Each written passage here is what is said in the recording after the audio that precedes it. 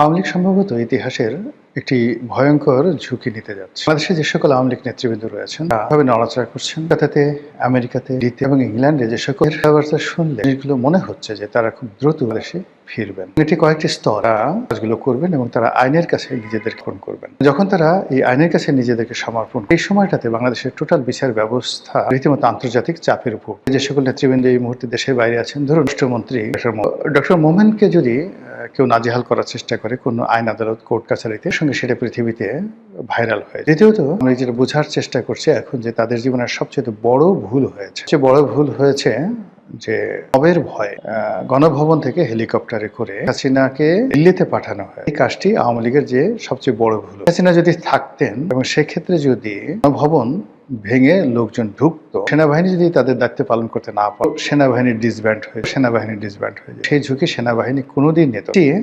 শ্রীলঙ্কা একটা উদ্ভূত পরিস্থিতি বাংলাদেশের মধ্যে ঘটছে। রাজাপাকসে সেনাবাহিনী হেলিকপ্টারে করে এদের একটা বেজে নিয়ে গেছে। তো নিজেদের একটা বেজে নিয়ে গেছে এবং সেখানে তারা কিছুদিন ছিল। সেখান থেকে তারা আবার নির্দিষ্ট সময় সে ধরুন ডক্টর শিরিন শারমিন চৌধুরী, রহিম তো এখনো পর্যন্ত সেই সেনাবাহিনীর তত্ত্বাবধানে আছে। তো শেখ হাসিনা থাকতে শব্দ করতে পারত।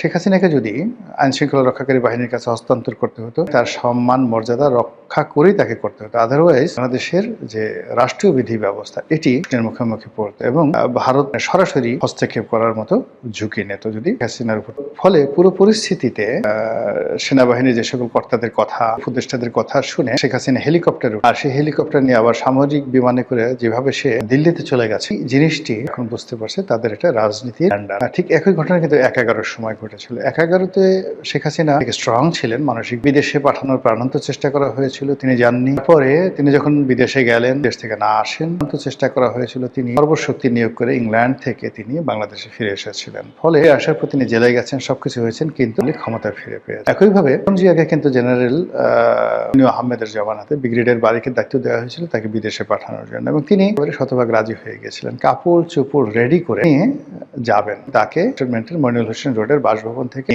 তারপরে শেষে বিমানবন্দরে পৌঁছে দেবেন ব্রিগেডিয়ার বাড়ি। এই কথাগুলো আমার বলা না, ব্রিগেডিয়ার বাড়ির টেলিভিশন টক শোতে তিনি এই কথাগুলো বলেছেন প্রকাশ্যে। বেগম জিয়া যাবেন ঠিক এই সময়টাতে পাগলা মেজর আছেন একটা, মেজর আক্তার, বিএনপি থেকে বহিষ্কৃত, জামাতে গেছে। আজকে বিএনপি যে ক্ষমতা, কিন্তু সেই মেজর আক্তারের মানে সময় হয় কি, আমরা সবসময় তেলবাজ দেখে পছন্দ, যে হুজুর হুজুর করে তাকে খুব পছন্দ, কিন্তু আমার সঙ্গে যে বেয়াদবি করে কখনো কখনো তার কারণে যে আমার জীবন বাঁচে। আজকে তারেক রহমান সাহেব ক্ষমতায়, প্রধানমন্ত্রী, যদি সেই দিন মেজর আক্তার এই ভূমিকাটা না নিতে, তাহলে তারেক রহমান সাহেবের আসা হতো না, আর জিয়ারও বাংলাদেশে আসা হতো। জীবন তাদেরকে লন্ডন আমেরিকায় থাকে। কথা মানে মেজর আক্তার বলেনি, মানে আক্তার সাহেব আমাকে বলেছে, বাট আমি যখন এটা ব্রিগেডিয়ার বাড়ির মুখ থেকে শুনছি যে টেলিভিশন, তিনি বলেছেন যে রওনা করলাম জিয়া কাপড় চোপড় করা, সে তারেক রহমান সাহেব এই ঘটনা জানেন। মেজর আক্তার ঢুকেছেন সেখানে হন্তদন্ত, ঢুকে তিনি এই অবস্থা দেখে তিনি অবাক হয়ে গেছেন। তিনি ম্যাডামকে বললেন যে ম্যাডাম, শুরু করছেন আপনি যদি চলে যান রাজনীতি থেকে বাংলাদেশে আসতে পারবেন, বিএনপি থাকবে, বিএনপির কোনো লোক আর জীবনে কখনো অর্গানাইজ হতে থাকবে, আপনি যেতে পারবেন না, মরে গেলেও যেতে পারবেন, আমার লাশের উপর দিয়ে যেতে। ডায়ালগ, আমার লাশের উপর দিয়ে যেতে। একটা ভালো